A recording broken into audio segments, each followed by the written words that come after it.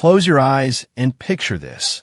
A Japanese billionaire walks into a five-star hotel, but everyone thinks he's just a poor old man. They ignore him, laugh behind his back, until a young black girl steps forward and speaks to him in perfect Japanese. What happens next will leave you speechless. So close your eyes, feel this story, and don't forget to like the video and share your thoughts in the comments below. It was a sunny morning at the Grand Monarch Hotel in New York City, a place where the world's richest and most powerful came to stay. The marble floors shone like mirrors, chandeliers sparkled with diamonds of light, and every staff member stood tall in perfect formation, waiting for the arrival of their next VIP guest. The hotel lobby smelled faintly of fresh roses and polished wood, a symbol of class and luxury. But that morning, something unusual disrupted the hotel's usual rhythm. A tall, elderly man stepped through the golden glass doors.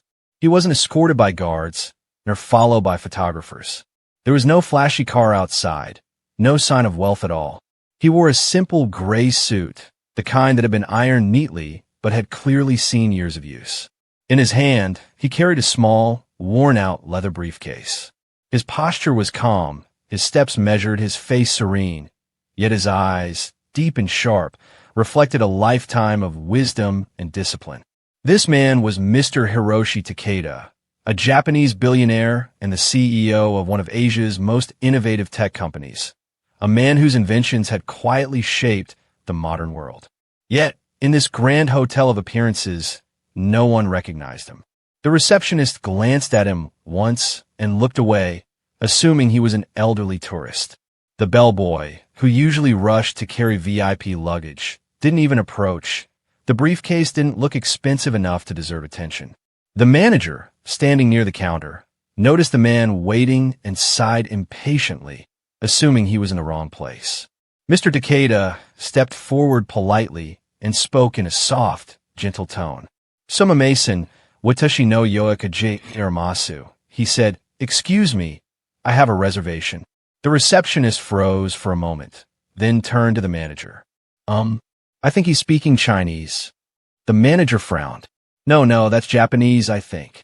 He turned to the guest and raised his voice unnecessarily. "Sir, do you speak English?"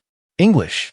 The elderly man simply smiled, a calm, respectful smile, and repeated in Japanese, "Watashi no yoyakaji iramasu." The lobby grew awkwardly quiet. The receptionist whispered to her colleague, "What should we do? I can't understand him." Another staff member shrugged. "Maybe he's at the wrong hotel." People in a line behind him began murmuring. Some sighed impatiently. Others chuckled softly as if the scene were amusing.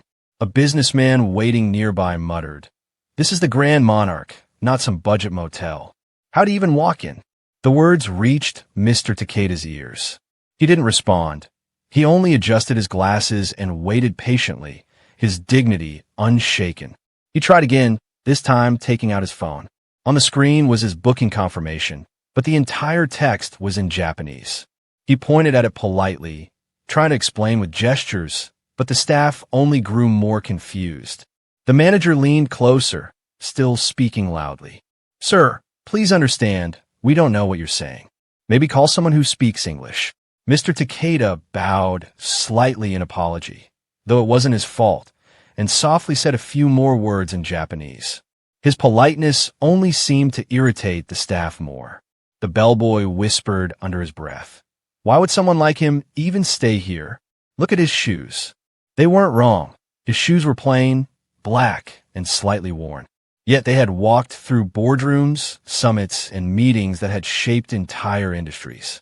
No one knew that this humble man had his name engraved on international patents, or that global CEOs waited months for a 5-minute meeting with him. But in that moment, he was invisible, judged by his clothes, his accent, and his silence. Minutes passed, then 10, then 15. The line behind him grew longer, and the air in the lobby thickened with impatience. A few guests left, annoyed at the delay. The receptionist whispered something to the manager, and he nodded with irritation. "Sir, please step aside," he said curtly. "You're holding up the line. We'll get someone to assist you." But no one came. Mr. Takeda stepped to the side, quietly, still holding his briefcase. His eyes moved slowly around the room, not with anger, but with quiet observation. The same people who ignored him now avoided his gaze, pretending not to see him at all. In that silence, his mind wandered, not in sadness, but in understanding. He had seen this before, in boardrooms, airports, and foreign cities.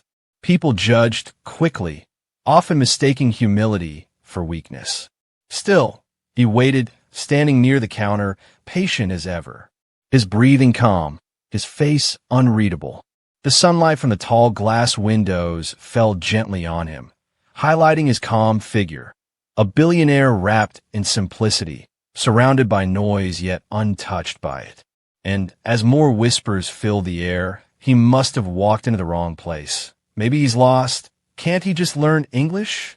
Mr. Takeda stood silently, holding onto his reservation slip, unaware that fate was about to introduce him to someone who would change the entire atmosphere of that hotel in just one sentence. He didn't know it yet, but help was standing only a few feet away, quietly watching, listening, and waiting for the right moment to speak. Minutes turned into nearly half an hour. The once elegant and peaceful lobby of the Grand Monarch Hotel now buzzed with irritation. Guests tapped their feet, exchanged impatient glances, and whispered under their breath as the elderly Japanese man continued to stand at the front desk, waiting for someone, anyone, to understand him. A couple dressed in business suits muttered quietly, "How long does it take to check one person in?" Another guest, clearly annoyed, scoffed. "He's probably lost. Doesn't even know where he is." Mr. Takeda stood calmly, his expression unchanged, though deep down, he felt a quiet ache.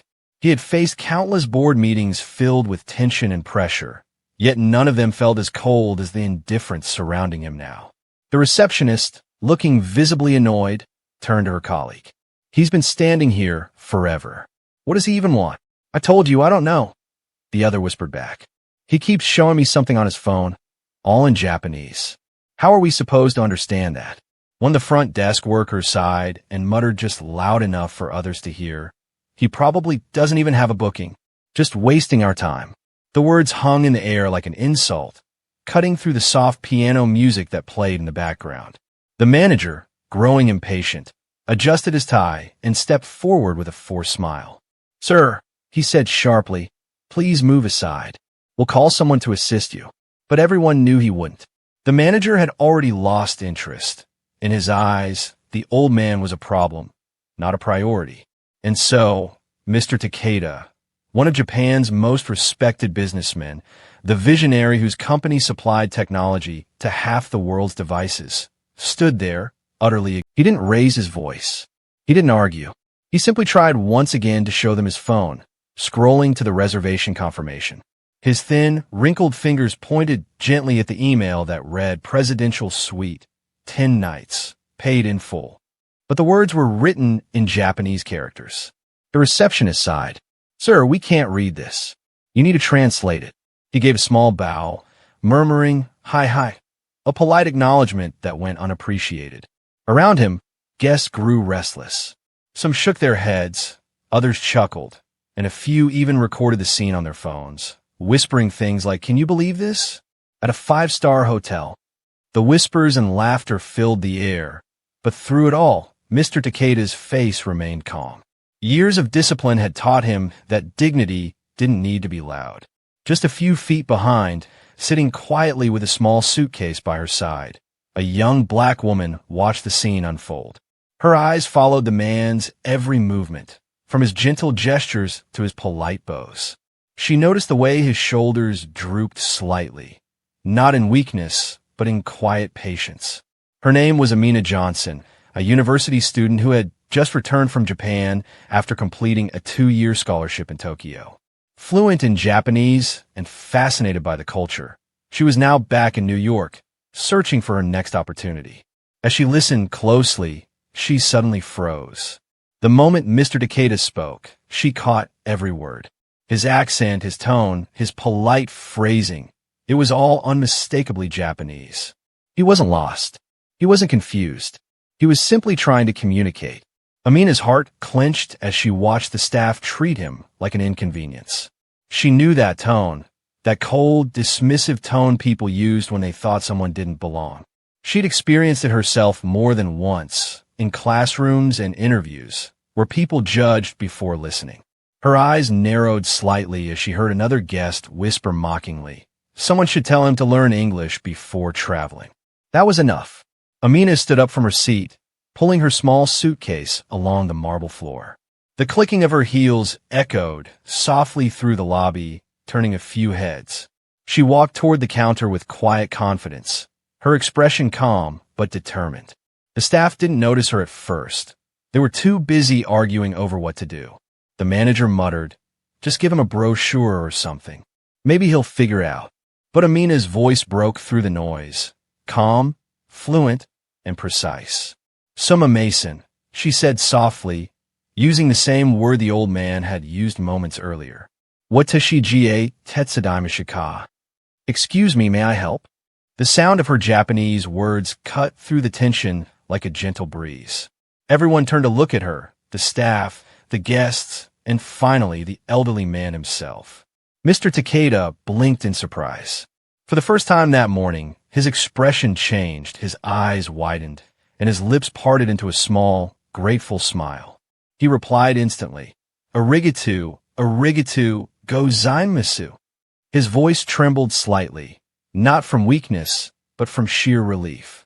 Amina nodded respectfully and turned toward the stunned manager. "He's saying he has a reservation under his name, Hiroshi Takeda. He's been trying to check in, but you haven't understood him." The room went silent. The staff exchanged panicked looks.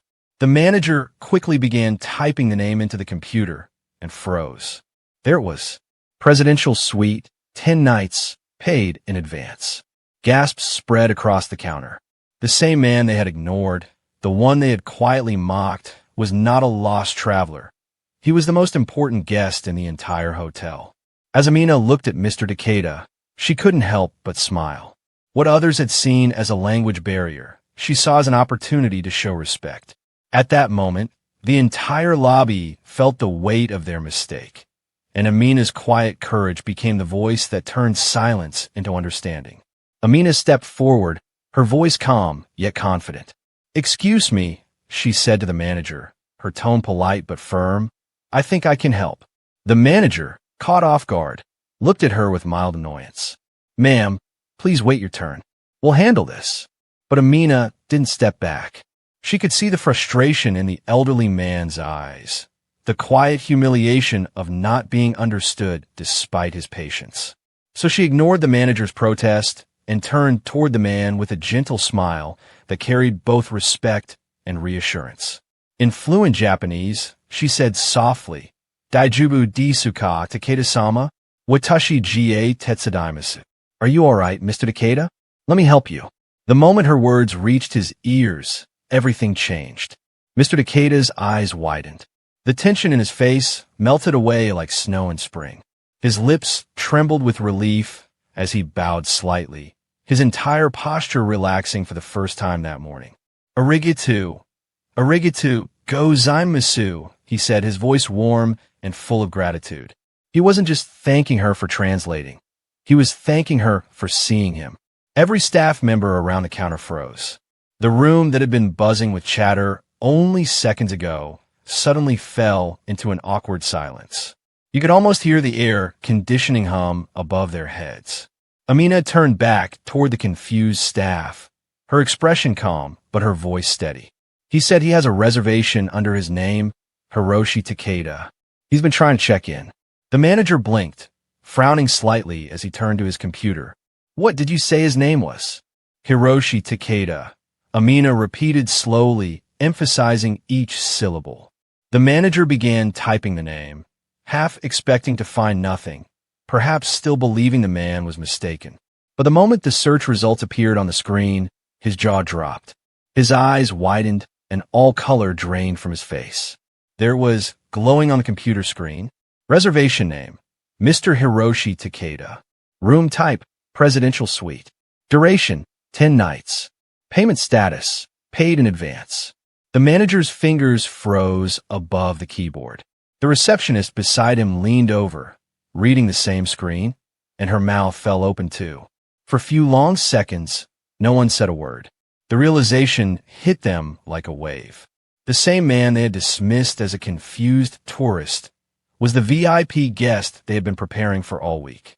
The man their corporate office had sent multiple reminders about. The one whose arrival was supposed to be handled with top-level service. The lobby fell into stunned silence. Even the guests who had been complaining earlier now looked embarrassed, whispering to one another. "That's him," one man murmured. "The billionaire from Japan? The tech guy?" Another guest whispered. The manager swallowed hard, his earlier arrogance replaced by panic. He rushed around the counter and bowed deeply, his voice trembling. "And Mr. Takeda, I am so sorry, sir. Please forgive us for the misunderstanding. We didn't realize who you were." Mr. Takeda gave him a gentle smile and bowed slightly in return. "Daijubu desu," he said softly. "It's all right." But everyone in the room could tell that his eyes carried quiet disappointment. The manager gestured frantically to the bellboy. "Quick, get his luggage. Prepare the suite immediately." The bellboy, now pale and nervous, hurried over and took the small briefcase from Mr. Takeda's hand as if it were made of gold. Meanwhile, the receptionist rushed to print the check-in papers, her hands trembling so badly that the papers nearly slipped from her fingers. Amina stood quietly, watching the chaos unfold. She wasn't smug or proud. She simply felt relieved that the man was finally being treated with the respect he deserved. Mr. Takeda turned toward her once more, his expression soft and grateful. "Anata no okage de Tasakare Mashita," he said warmly. "Thanks to you, I was saved." Amina smiled modestly. "I'm just glad I could help, sir." The manager overheard their exchange and immediately tried to redeem himself. "Ma'am, thank you so much for assisting us. We truly appreciate it. We'll make sure everything is handled perfectly from now on." But Amina's gaze didn't shift to him. She kept her attention on Mr. Takeda. She knew respect wasn't about words. It was about sincerity. As Mr. Takeda was guided toward the elevator, the hotel staff scrambled to open doors, carry his belongings, and offer every possible courtesy. Guests moved aside respectfully, whispering in awe as the man passed by. The same man they had ignored not long ago. But before stepping into the elevator, Mr. Takeda turned back toward Amina and gave a slight bow, the kind of bow that carried meaning beyond language. Everyone watched, surprised that the billionaire was showing such respect to a stranger. But in that moment, Amina wasn't a stranger to him. She was the only one who had treated him like a human being. The elevator doors closed, leaving the lobby in silence once more. And for the first time, the staff of the Grand Monarch Hotel truly understood that humility doesn't hide wealth. It reveals character. As the manager stood there wiping the sweat from his brow, he couldn't shake the image of the quiet girl who had stepped forward when no one else dared. The girl who had bridged two worlds with nothing but understanding. And though Amina didn't know it yet, that small act of kindness had just caught the attention of a man whose gratitude ran far deeper than words could express. Instantly, the staff rushed to make up for their mistake. The sound of hurried footsteps and nervous apologies filled the grand marble lobby. "Oh, Mr. Takeda, we're so sorry, sir. Please, allow us to assist you," the manager said breathlessly, bowing over and over again. The bellboys practically tripped over themselves as they scrambled to take his luggage, though it was only one small briefcase. The receptionist quickly offered him a complimentary drink, her hand shaking as she poured fresh juice into a glass. Another worker called out, "Bring the hotel's top butler immediately," as if the world depended on it. But Mr. Takeda simply raised his hand gently and gave a soft smile. "It's all right," he said quietly, his voice calm like a whisper of wind. "Please, no need for the fuss." Everyone froze. His tone wasn't angry. There was no arrogance, no shouting, no demand for respect. Just a peaceful humility that somehow made them feel even smaller. Then, turning to Amina, he said something in Japanese, his eyes kind but reflective. "Hidebito wa yoku, mimono de sabaku." Rakaidawa Naku. People often judge what they see, not what they understand. His words were simple, but they carried weight, a truth drawn from experience. Amina's lips curved into a gentle smile. Yes, she replied softly. I've seen that happen too many times. The billionaire nodded slightly, as if acknowledging a kindred spirit, someone who understood the world not through wealth or power, but through empathy. He then looked at her curiously. Are you staying here too? He asked in Japanese. Amina hesitated for a moment. Yes, sir, she answered with a shy smile, but just in a standard room. I'm here for a job interview tomorrow. Job interview? He repeated, interested. She nodded. Yes, it's for a small cultural firm. They promote international student exchange programs. I'm really nervous about it, honestly. She laughed lightly, embarrassed. But I'm trying my best. Mr. Takeda listened attentively, his expression softening. He admired her honesty. She spoke with humility, not seeking praise or attention. After a brief silence, he turned to the manager and spoke something in fluent Japanese, his tone calm but firm. The manager blinked, confused. I'm sorry, sir. Amina translated, her voice trembling slightly, unsure if she'd heard correctly. He says, he would like you to upgrade my room to the executive suite. The entire staff froze. The manager's eyes widened. Sir, are you sure? Mr. Takeda nodded. Hi, Kanojo Washin Setsu Dutta, he said warmly. She was kind. He looked back at Amina and smiled. It's a small thank you for your kindness. Amina's mouth fell open slightly. Oh, no, sir, you don't have to do that, she said quickly, her hands raised in protest. You've already thanked me. But he gently shook his head. In my country, he said, true kindness must always be rewarded. When someone gives from the heart, it must be returned, not with money, but with respect. His words carried a quiet power, silencing everyone around them. Even a manager looked moved, unsure of how to respond. Within minutes, the hotel staff were on the phone with housekeeping. Prepare the executive suite immediately, the manager ordered. Fresh flowers, fruit basket, everything. Hurry. Amina stood there, still in disbelief. Sir, I don't know what to say. You don't need to say anything, Mr. Takeda replied gently. Just remember this moment. One act of kindness can open more doors than 1,000 degrees. She looked down, touched by his words. Thank you, sir. I'll never forget this. He smiled, that same peaceful smile that had never faded since she spoke to him. Neither will I. As the butler approached and bowed, ready to escort Amina to her upgraded suite, the rest of the staff stepped back respectfully. The same people who had looked past Mr. Takeda earlier now watched him with admiration and guilt. They realized that wealth doesn't always wear designer clothes or arrive in luxury cars. Sometimes it walks in quietly, in worn shoes and gentle manners. As Amina prepared to follow the butler, Mr. Takeda added one last sentence in Japanese. Kono sekai wa okain yuri imo kokoro wa hitsuyu to shite iru. This world needs heart more than it needs money. Amina translated it softly under her breath, the words sinking deep into her heart. When she turned to thank him again, he simply bowed once more, hands folded in respect. The moment was simple yet profound.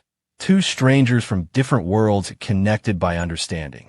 As she disappeared toward the elevators, the lobby returned to its usual rhythm, but something in the air had changed. The staff no longer stood stiff with pride. Instead, they carried a quiet humility. The manager, now red-faced, exhaled deeply and whispered to himself, "We judged the wrong man today." Meanwhile, Mr. Takeda took his briefcase, nodded politely to everyone, and began walking toward his suite, not as a man seeking luxury, but as a man who had just found something rarer, a reminder that respect and kindness speak every language. And Amina, still in awe as she entered her upgraded room, couldn't help but smile. She didn't just help a guest that day. She had gained a priceless lesson. True respect isn't earned by power or money, but by understanding the heart of another. That evening, as Amina settled into her luxurious new room, she still couldn't quite believe what had happened. The view from the top floor was breathtaking. The city lights twinkled like a sea of stars, and the cool breeze carried the faint hum of New York nightlife. The room smelled of lavender and fresh linen, and on the marble table sat a basket of fruit and chocolates with a note that simply read, "Compliments of Mr. Takeda." Amina smiled softly. She couldn't remember the last time anyone had done something so thoughtful for her. She placed her small backpack on the couch and looked around. Everything felt surreal. The golden drapes, the velvet cushions, even the sound of the soft piano music playing through the speakers. As she was about to make some tea, she heard a faint rustle at the door. Curious, she walked over and found a folded note slipped underneath. The handwriting was elegant, written in both English and Japanese. To Miss Amina Johnson, in a world where many hear but few listen, you chose to understand. Thank you. H. Takeda. Amina read the note twice, her eyes lingering on the line, "You chose to understand." She sat down by the window and whispered to herself, maybe kindness really does find its way back. That night, she couldn't sleep for hours, not because of nerves, but because her heart felt light. She thought about how easily she could have ignored that quiet man in the lobby earlier, just like everyone else. But something inside her had told her to step forward. And now, that one small act had changed everything. The next morning, the hotel was alive with whispers. Every corridor, every breakfast table, every staff corner was buzzing with the same rumor. The mystery man from last night was Hiroshi Takeda, one of Japan's most respected billionaires and philanthropists. "He's the one who built schools in Africa," a waiter whispered. "No, he owns that huge cultural foundation in Tokyo," said another. "I heard he's friends with the prime minister," added the receptionist. By noon, everyone in the hotel knew his story. But what shocked them most wasn't his wealth. It was his reputation. He was known for secretly testing people's kindness during his solo travels.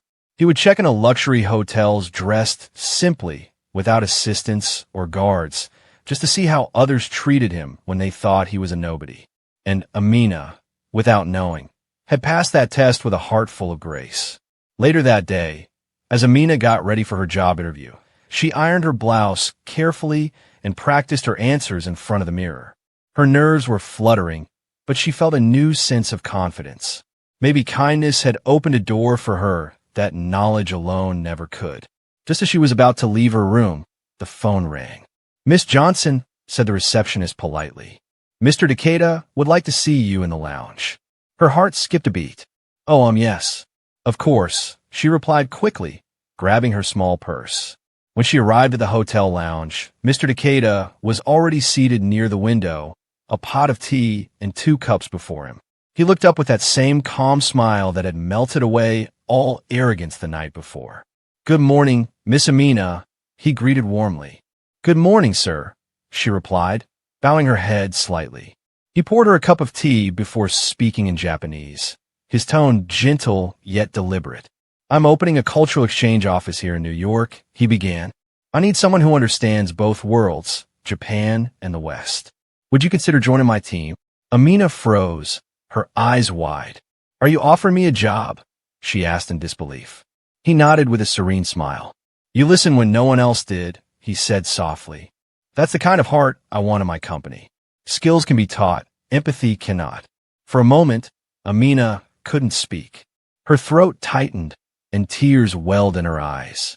All her struggles, the late nights, the rejections, the endless interviews, flashed before her. And now, a door had opened not because of a resume, but because of kindness. She stood slowly and bowed respectfully. "It would be my honor, Takeda-sama." He returned the bow with deep respect. "The honor is mine." As they shook hands, a few staff members nearby paused and watched silently. The same ones who had once mocked him now looking on in awe. They didn't need words to understand the lesson they had witnessed. Respect, they realized, has no uniform, no title, no wealth. It is spoken in the language of kindness, a language anyone can understand, but few choose to speak. That day, as Amina walked out of the hotel beside Mr. Takeda, the autumn sun broke through the clouds. She wasn't just stepping toward a new job. She was stepping toward a new life, one built on compassion, understanding, and faith that doing the right thing always comes back to you in ways you least expect. From that day on, Amina Johnson's life changed forever. Not because she spoke Japanese, not because she met a billionaire, but because she had chosen to listen with her heart. And somewhere in his quiet wisdom, Hiroshi Takeda smiled to himself, thinking, perhaps the world still has hope, one kind soul at a time. And that's the beautiful reminder. Kindness needs no language, and respect sees no color. If this story touched your heart, make sure to like the video, share your thoughts in the comments, and don't forget to subscribe to Soul Stories for more heart-touching and inspiring tales like this one. Because every story has a soul.